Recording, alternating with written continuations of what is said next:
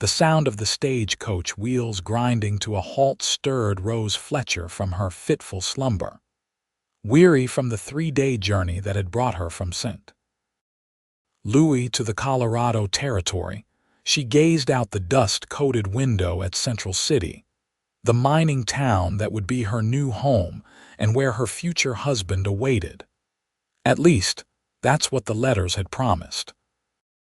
It was the spring of 1872, and like many women facing limited prospects back east, 22-year-old Rose had answered an advertisement seeking a bride. The past winter had been especially cruel after losing both parents to influenza, leaving her alone and desperately poor. The promise of marriage to a successful miner named Harold Whitman had seemed like divine providence.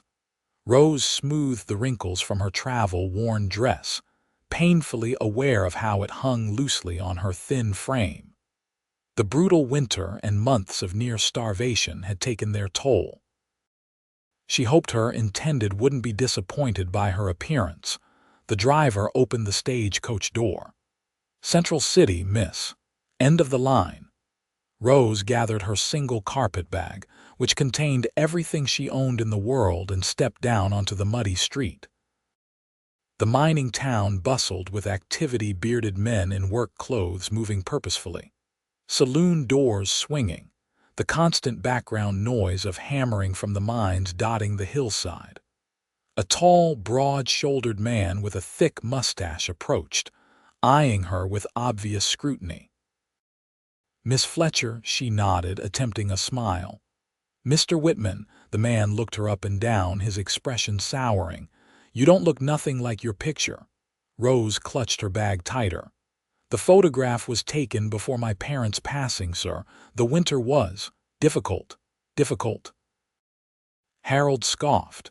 "You're thin as a rail. I need a strong woman who can work the house and bear healthy children." He shook his head decisively. "This won't do at all. I paid good money to bring you here, but I can't be taking on someone who looks like the first strong wind might carry her away." Rose's stomach plummeted as the blood drained from her face. "Mr. Whitman, please, I'm stronger than I appear. I can work hard." "No, miss, I made my decision." He turned to leave, then paused. "The stage won't head back east for another week. You can stay at the boarding house until then. I'll cover that much. After that, you're on your own." Without another word, he walked away, leaving Rose standing alone in the street, her few belongings at her feet. Tears welled in her eyes as panic seized her chest. She was thousands of miles from home with no money, no connections, and now no prospects. Several passers-by glanced at her with mixture of curiosity and pity, but no one stopped. No one except a tall, lean cowboy leaning against a hitching post across the street. He'd witnessed the entire exchange, and as Rose fought to maintain her composure, he pushed off from his position and approached with an easy, measured stride. "Madam," he said, removing his hat to reveal sun-streaked sandy hair, "seems like you've had a rough welcome to Central City." Rose quickly wiped away a tear. "I'll be fine, thank you," she said, though her trembling voice betrayed her. The cowboy's eyes, a startling shade of blue, studied her with genuine concern. "Name's Yates Fairfield. I run the Double F Ranch about 5 miles outside town." "Rose Fletcher," she replied automatically, then added, "I should find the boarding house." "Mrs. Holloway's place?" Yates asked, gesturing down the street. "I'm headed that way myself. Allow me to carry your bag." Before she could protest, he picked up her carpet bag. As they walked, he spoke in a casual manner, as if they were old acquaintances rather than strangers. "Harold Whitman's a fool," he said suddenly. "Pardon my forwardness, Miss Fletcher, but any man who'd judge a woman's worth by her size has rocks for brains." Despite everything, Rose felt a small smile tug at her lips. "That's kind of you to say, Mr. Fairfield." They arrived at a 2-story clapboard house with a small sign reading Holloway Boarding House. Yates stopped at the steps. "Miss Fletcher," he said, his expression serious but kind. "I understand you've had a terrible disappointment today and you don't know me from Adam, but I have a proposition for you." Rose stiffened. Immediately wary, noting her reaction, Yates quickly clarified, "Nothing improper, I assure you. My sister Emma passed last winter, leaving me with her 2 young children. I've been struggling to manage the ranch and care for them properly. I need help, a governess of sorts. The position includes room, board, and a fair wage." When Rose hesitated, he added with a small smile, "And I'll make sure you're fed. Good ranch cooking will put some meat on those bones in no time." "Why would you offer employment to a complete stranger?" Rose asked, still suspicious. "Because I was raised to believe in helping folks in need, and you look like you could use a helping hand right about now." He set down her bag. "Think on it overnight. I'll come by tomorrow morning for your answer." With that, he tipped his hat and turned to leave. "Mr. Fairfield," Rose called after him. He looked back over his shoulder. "Thank you," she said simply. The next morning, after a night spent weighing her limited options in the sparse boarding house room, Rose made her decision.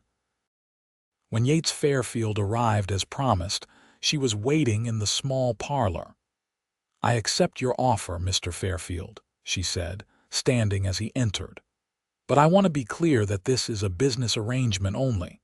I came here expecting to be a wife, but I'll gladly work as a governess instead." Yates nodded, his expression unreadable. "Fair enough, Miss Fletcher. We should leave soon if we want to reach the ranch by midday." An hour later, Rose found herself seated beside Yates in a wagon loaded with supplies as they traveled away from Central City. The mining town gave way to rolling hills covered in sage and scattered pine trees. The vastness of the landscape was both terrifying and exhilarating to someone who had rarely ventured beyond the cramped streets of St. Louis. "Tell me about the children," Rose said, breaking the silence. "Joseph is 6 and Mary is 4, Yates replied, his voice softening at the mention of his niece and nephew. "Good kids. Been through a lot, losing both parents so young." "Both parents?" Rose asked. Yates nodded, his hands tightening on the reins. "My sister's husband died in a mining accident 2 years ago. Emma tried to keep going, but the consumption took her last winter." "I'm sorry," Rose said quietly, thinking of her own parents. "They're staying with Mrs. Peterson, a neighbor, while I'm in town.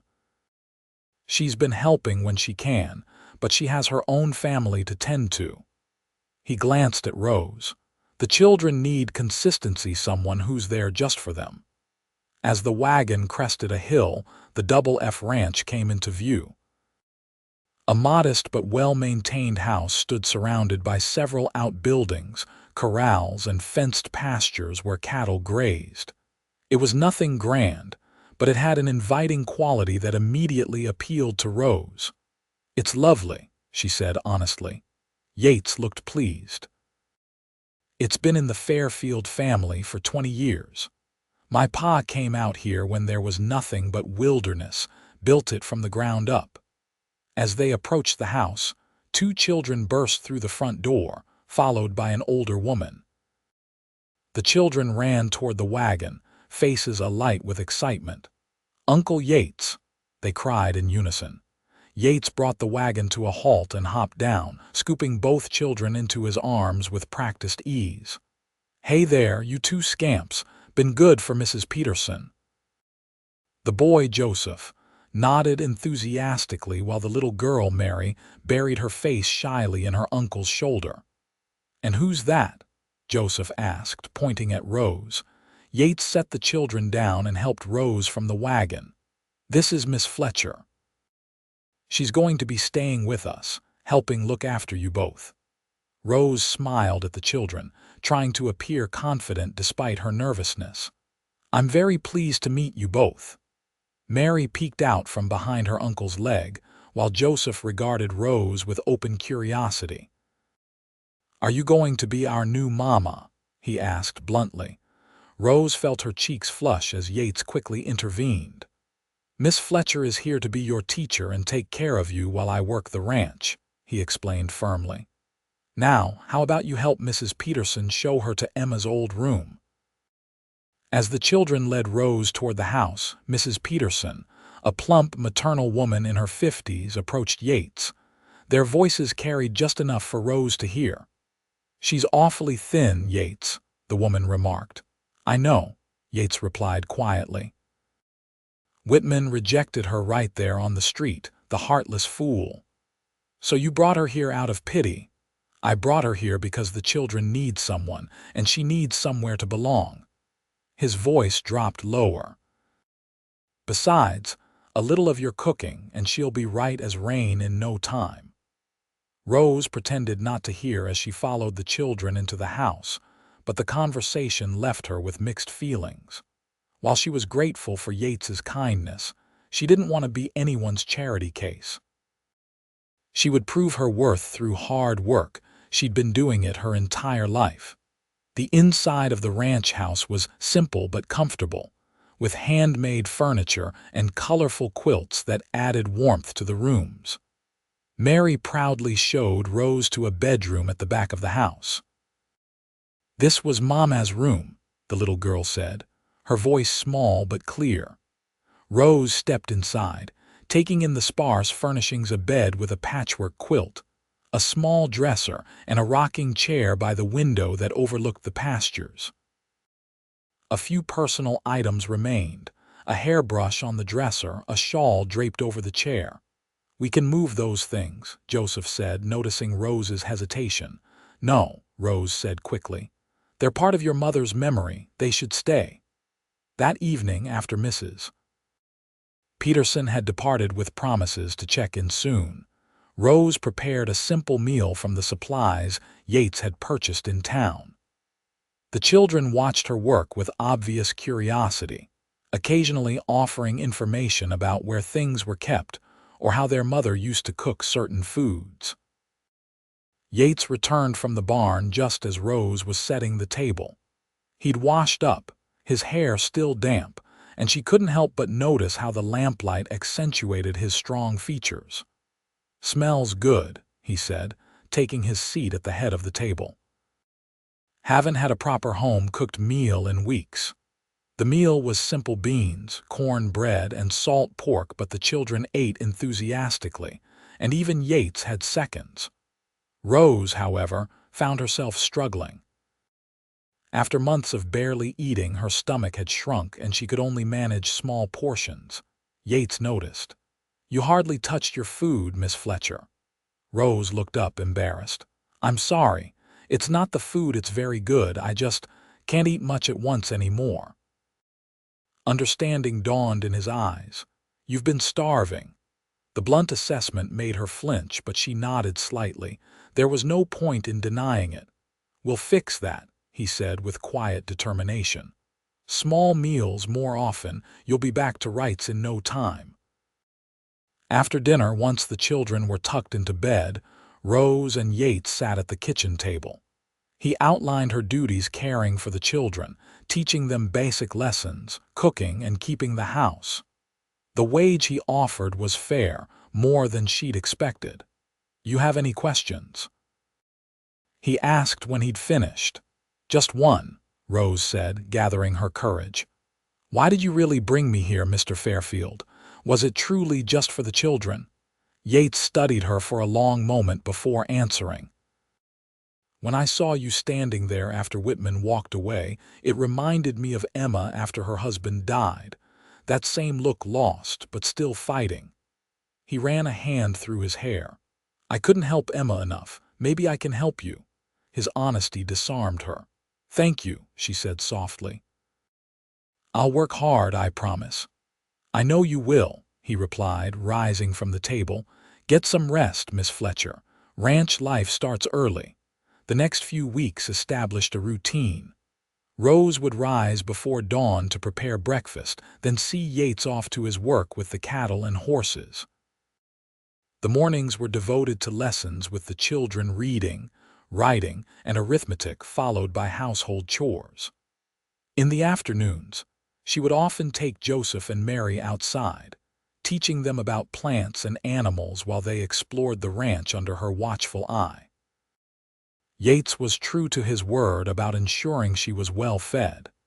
He insisted she eat small portions throughout the day, and he always made sure there was fresh milk, eggs, and meat available. Mrs. Peterson brought over pies and preserves, seemingly delighted to have someone to feed.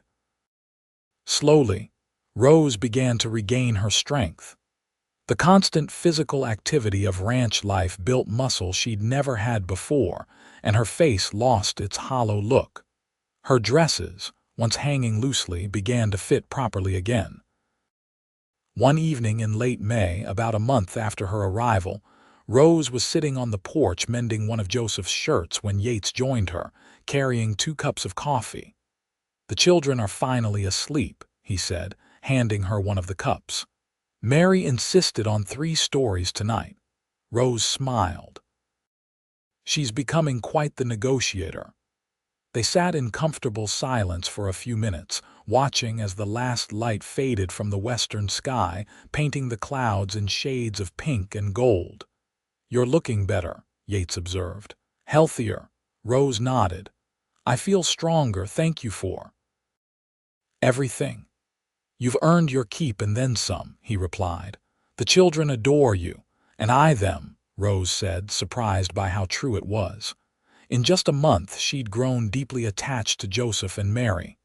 Their resilience and open hearts had quickly won her over. Yates cleared his throat. "There's a social at the church in town this Saturday. Thought maybe you and the children might like to go." Rose looked up, surprised. "All of us?" "I'd escort you, of course," he added quickly. "Mighty you good to meet some folks from around these parts, make some friends." The idea of returning to Central City made Rose uneasy. What if we encounter Mr. Whitman? A flash of something anger perhaps crossed Yates's face. "Then he'll see what a mistake he made. But I reckon he won't say a word, not with me there." Rose considered the offer. A social gathering would be good for the children, and perhaps for her as well. "Thank you, Mr. Fairfield. We would be delighted to attend." Saturday arrived with clear skies and mild temperatures, perfect weather for the church social. Rose dressed in her best gown, a blue calico that had once been too large but now fit properly, and helped Mary into a pretty pink dress that had belonged to her mother, altered to fit the child. When they emerged from the bedroom, Yates was waiting with Joseph, both of them uncomfortably dressed in their Sunday best. Yates's expression when he saw Rose made her cheeks warm. "Miss Fletcher, you look." He paused, searching for words. "Well, I hardly recognized you." "Is that a compliment, Mr. Fairfield?" she asked, a teasing note in her voice that surprised even her. He smiled, the corners of his eyes crinkling. "The highest." The drive to Central City was filled with the children's excited chatter.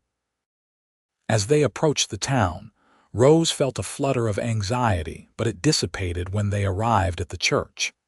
The yard was decorated with streamers and lanterns, and tables laden with food lined one side. Children played games while adults conversed in small groups. Yates helped Rose down from the wagon, his hand lingering on hers a moment longer than necessary. "Remember, you're with me now," he said quietly. "No need to worry."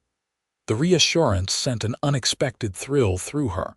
Being with Yates, even in this context, felt right somehow. They hadn't been there long before people began approaching, curious about the woman with Yates Fairfield and his niece and nephew. Rose was introduced to what seemed like half the county ranchers and their wives, shopkeepers, the school teacher, the minister and his family.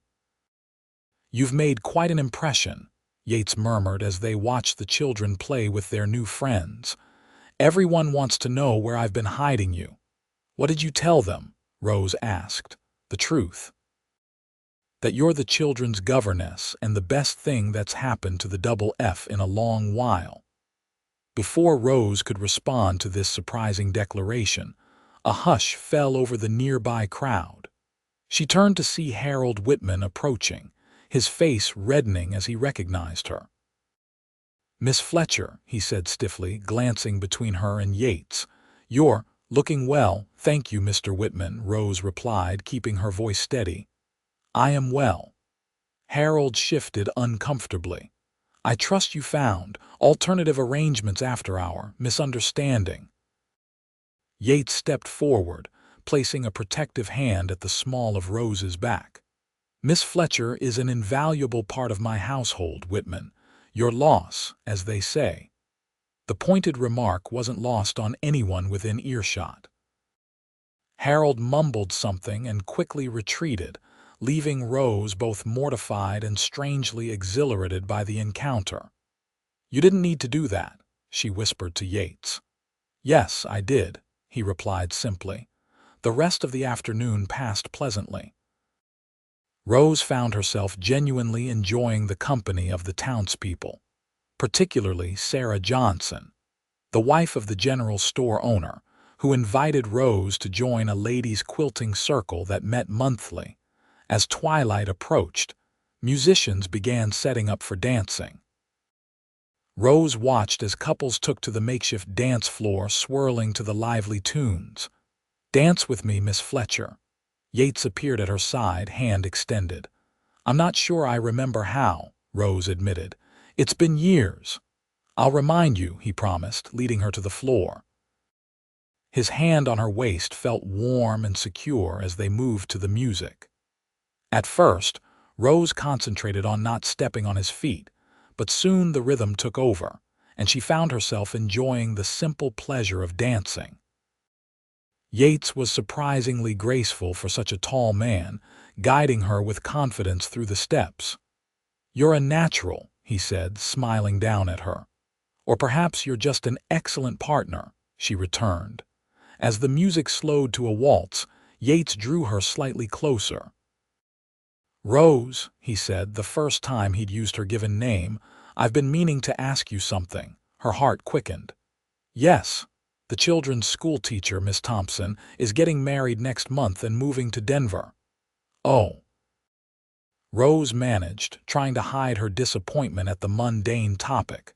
"The town's looking for a replacement. I mentioned your name to Reverend Phillips. He'd like to discuss the possibility with you." Rose nearly missed a step. "Me, a school teacher?"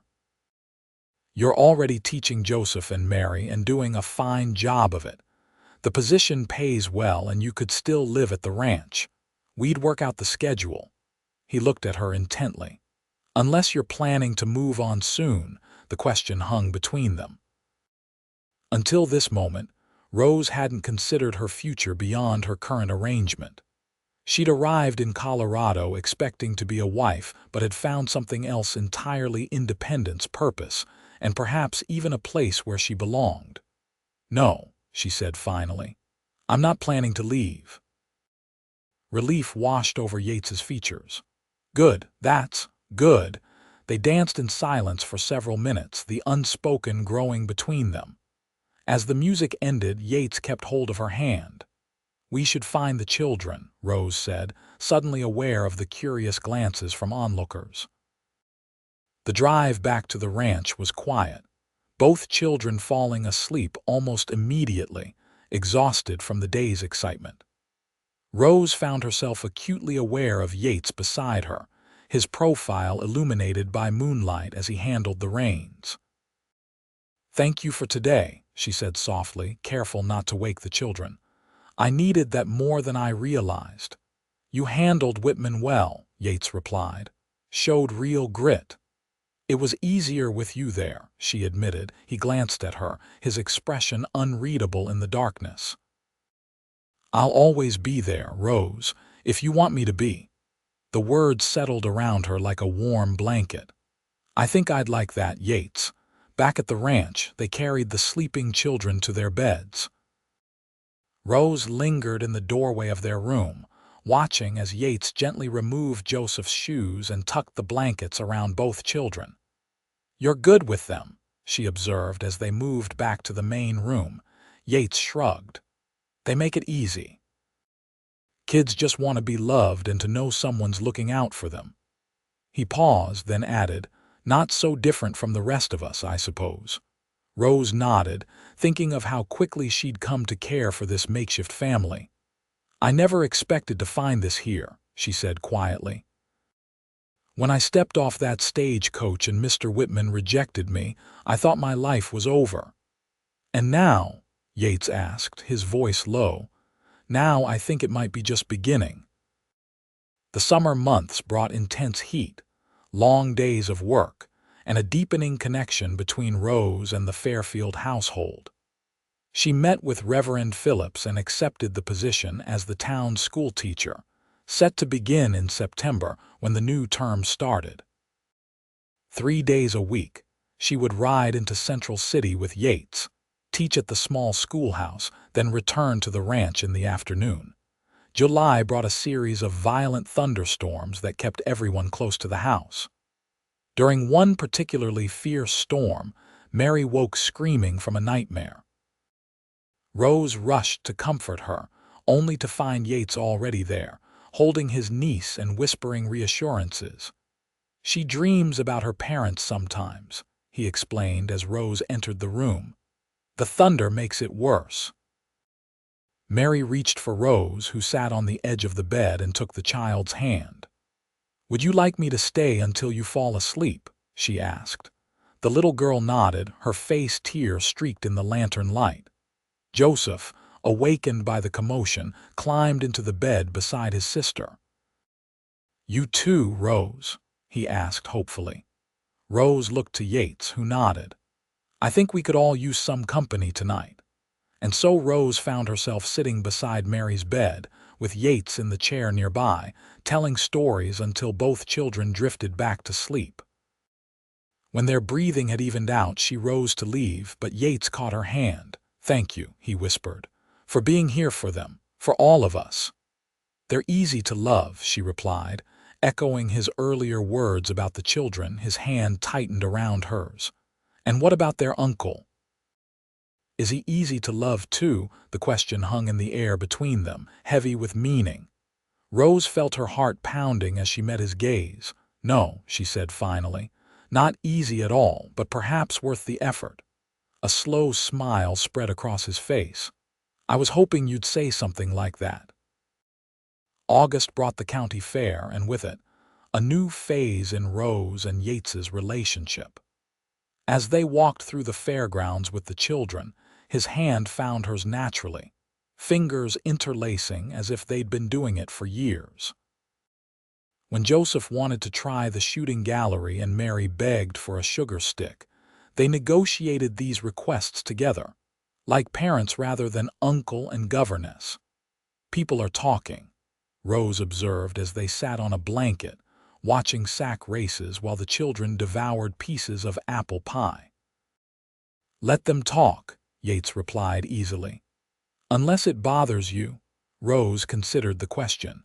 She'd noticed the looks and whispers, heard the speculation about her relationship with the rancher. Once such gossip would have mortified her. Now she found she didn't much care.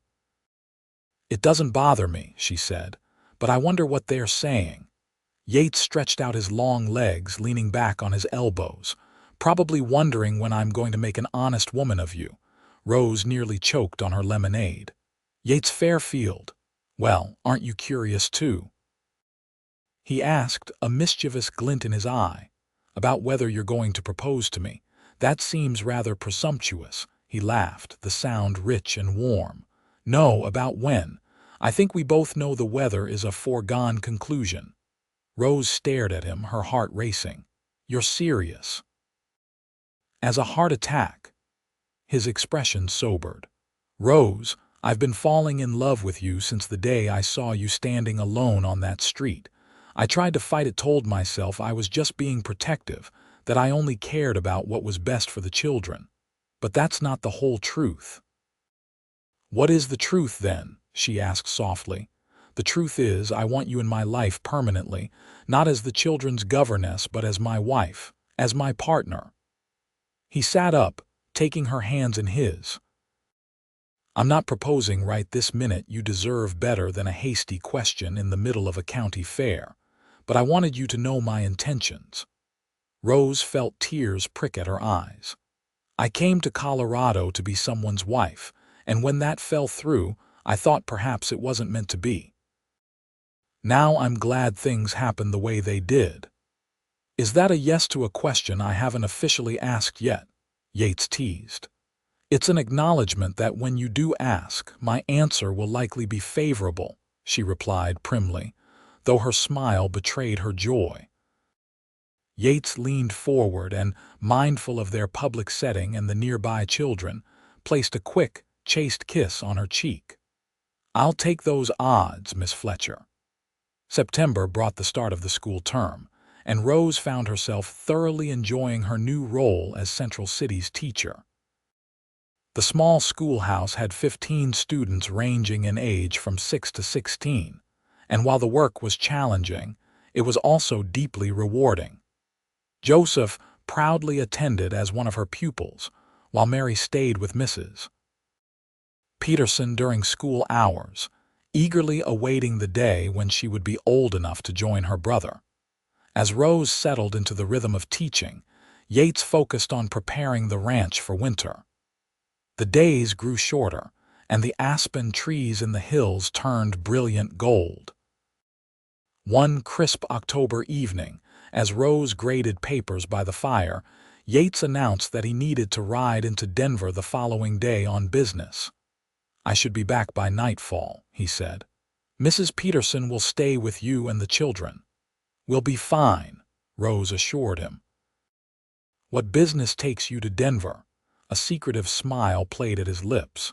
You'll find out soon enough. The next day passed uneventfully, and Rose thought little of Yates's mysterious errand until Mrs. Peterson made an odd comment while helping prepare dinner. So, has he asked you yet? The older woman inquired, her eyes twinkling. Asked me what? Rose replied, genuinely confused. Mrs. Peterson looked surprised. Oh, I thought. Well, never mind. I'm sure he has his reasons for waiting. Before Rose could press for more information, they heard the sound of a wagon approaching. Yates had returned, and whatever Mrs. Peterson had been about to reveal would remain a mystery for now. That evening, after the children were asleep and Mrs. Peterson had gone home, Yates suggested a walk outside. The night was clear, the stars brilliant above the Colorado plains. I've been thinking, Yates said as they strolled toward a small rise that overlooked the ranch. About us, about the future. Rose's heart skipped a beat. Have you? When Emma died, I thought my responsibility was just to keep the ranch going and raise her children the best I could. I never expected to find someone to share that burden or that joy with me. He stopped walking, turning to face her.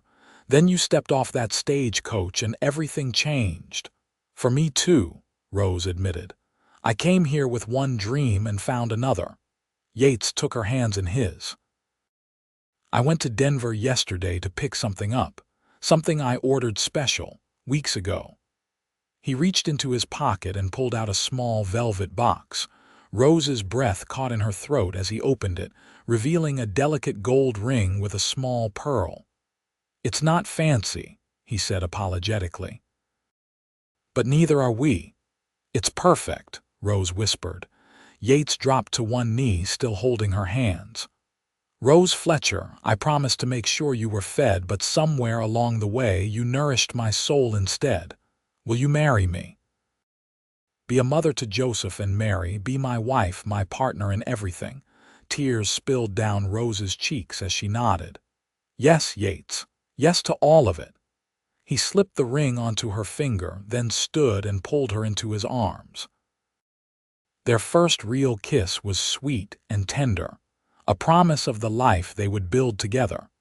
The wedding took place in November, a small affair at the Central City Church with just close friends and neighbors in attendance.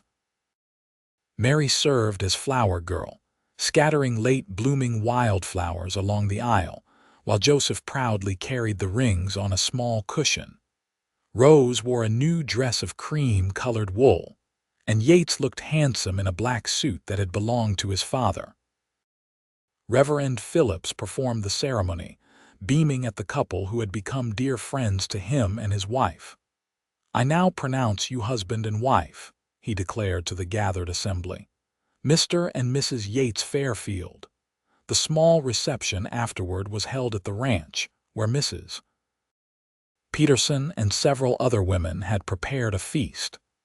As Rose moved among their guests, accepting congratulations and well wishes, she caught sight of a familiar figure standing awkwardly near the door. Harold Whitman.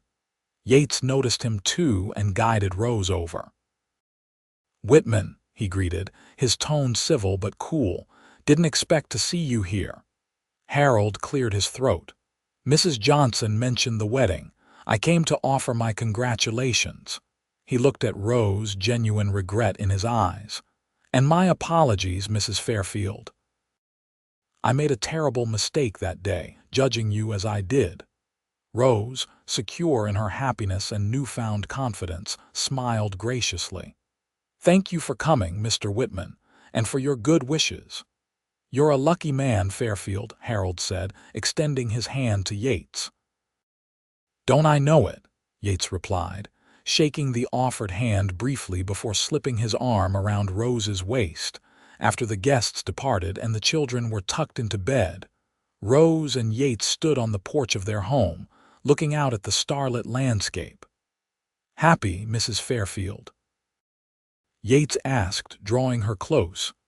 "More than I ever thought possible," she replied, resting her head against his shoulder. "When I arrived in Central City, I felt so lost. Now I can't imagine being anywhere else. I thank God every day that Whitman was fool enough to let you go," Yates said, pressing a kiss to her temple. "His loss, my incredible gain." Winter settled over the Colorado Territory with a series of heavy snowfalls that blanketed the ranch in pristine white. The Fairfield household settled into a cozy routine, with Rose continuing to teach when weather permitted but staying home during the worst storms. On Christmas morning, Rose woke early, slipping from the warm bed she shared with Yates to prepare a special breakfast. As she worked in the kitchen, she smiled to herself, one hand resting briefly on her abdomen. She had a special gift to share with her husband and the children today, news that would make their family complete. When Yates found her there, humming softly as she prepared cinnamon rolls, he wrapped his arms around her from behind, nuzzling her neck. "Merry Christmas, wife," he murmured. Rose turned in his embrace, her eyes bright with joy and secret knowledge. "Merry Christmas, husband. I have something to tell you." By the following Christmas, the Fairfield family had grown by one a healthy baby boy they named William, after Yates's father. The ranch prospered, with Yates adding more cattle and horses to their holdings. Rose continued teaching, bringing baby William with her to school, where the older girls took turns helping watch him during lessons. 5 years after Rose stepped off that stagecoach, thin and desperate, the Double F Ranch hosted a celebration for her 27th birthday. Friends and neighbors gathered to mark the occasion, and as Rose looked around at the life she and Yates had built, she could hardly believe her good fortune. Joseph, now 11, had grown tall like his uncle and showed a natural talent for working with horses. Mary, 9, was the spitting image of her mother but had Rose's love of books and learning. 3-year-old William tottered about, charming everyone with his infectious laugh, and in Rose's arms rested 6-month-old Elizabeth, their second child together. "Penny for your thoughts," Yates said, finding her moment of quiet contemplation amid the festivities. "I was just thinking about that day we met," Rose replied. "How desperate I was, how you promised to make sure I was fed." Yates smiled, running a gentle hand over Elizabeth's downy hair. "Best promise I ever made." "You did feed me," Rose said softly, Not just food, but love, purpose, family, everything I was starving for. And you, he said, wrapping an arm around her shoulders, gave me more than I ever knew I wanted or needed. He pressed a kiss to her forehead. I love you, Rose Fairfield. And I love you, Yates Fairfield, she replied, more with each passing day. As their guests called for a toast, Yates raised his glass. To my beautiful wife on her birthday. When she came to Colorado, she thought she was at the end of her rope. Turns out, she was just at the beginning of our story. Cheers and applause followed his words, but Rose heard only the love in his voice, saw only the devotion in his eyes. From rejected mail-order bride to beloved wife, mother, and respected teacher, her journey had been unexpected but perfect in its way. Later that night, with the children asleep and the house quiet once more, Rose and Yates sat on the porch swing, wrapped in a quilt against the autumn chill. The stars stretched endlessly above their ranch, the same stars that had witnessed their first kiss, their wedding vows, the births of their children. You ever regret it? Rose asked suddenly. Taking in a half-starved stranger that day, Yates pulled her closer. Not for a single moment. Best decision I ever made was promising to feed you. His voice took on a teasing quality. Though I must say, I've done an excellent job. You're definitely not too thin anymore. Rose elbowed him playfully. I've had 2 babies, Mr. Fairfield. And you're more beautiful than ever, he replied, his tone turning serious. Every curve, every line, they tell the story of our life together. Rose leaned into his embrace, contentment washing over her. From desperate beginnings had grown this abundance of love, this fullness of life. The thin, frightened woman who had arrived in Central City was gone, replaced by someone strong, confident, and deeply loved. We should go in, Yates said after a while. Early start tomorrow.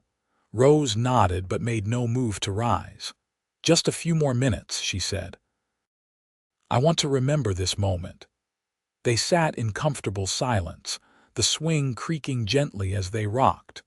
The ranch slept around them, the life they'd built together solid and real and lasting.